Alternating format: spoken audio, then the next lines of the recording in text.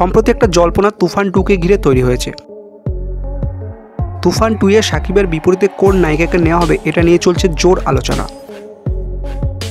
অনেকে ভাবছিলেন তুফান 2 এ তানজিন তিশাকে দেখা যেতে পারে, অনেকে আবার ভাবছিলেন পরিমণি।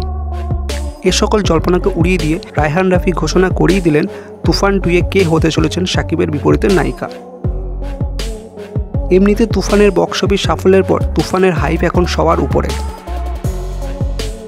তার সাথে শাকিব খানের স্টার ভ্যালু হয়ে উঠেছে বলিউড লেভেলের। তাই এত বড় স্টারের বিপরীতে তুফান 2 এ কাকে দেখা যাবে এটা নিয়ে স্বাভাবিকভাবেই মানুষের মনে কৌতূহল দানা বাঁধবে। অবশেষে পরিচালক রায়হান রাফি জানিয়ে দিলেন তুফান 2 এ শাকিবের বিপরীতে থাকছেন বাংলাদেশের অন্যতম জনপ্রিয় চিত্রনায়িকা শবনম বুবলী।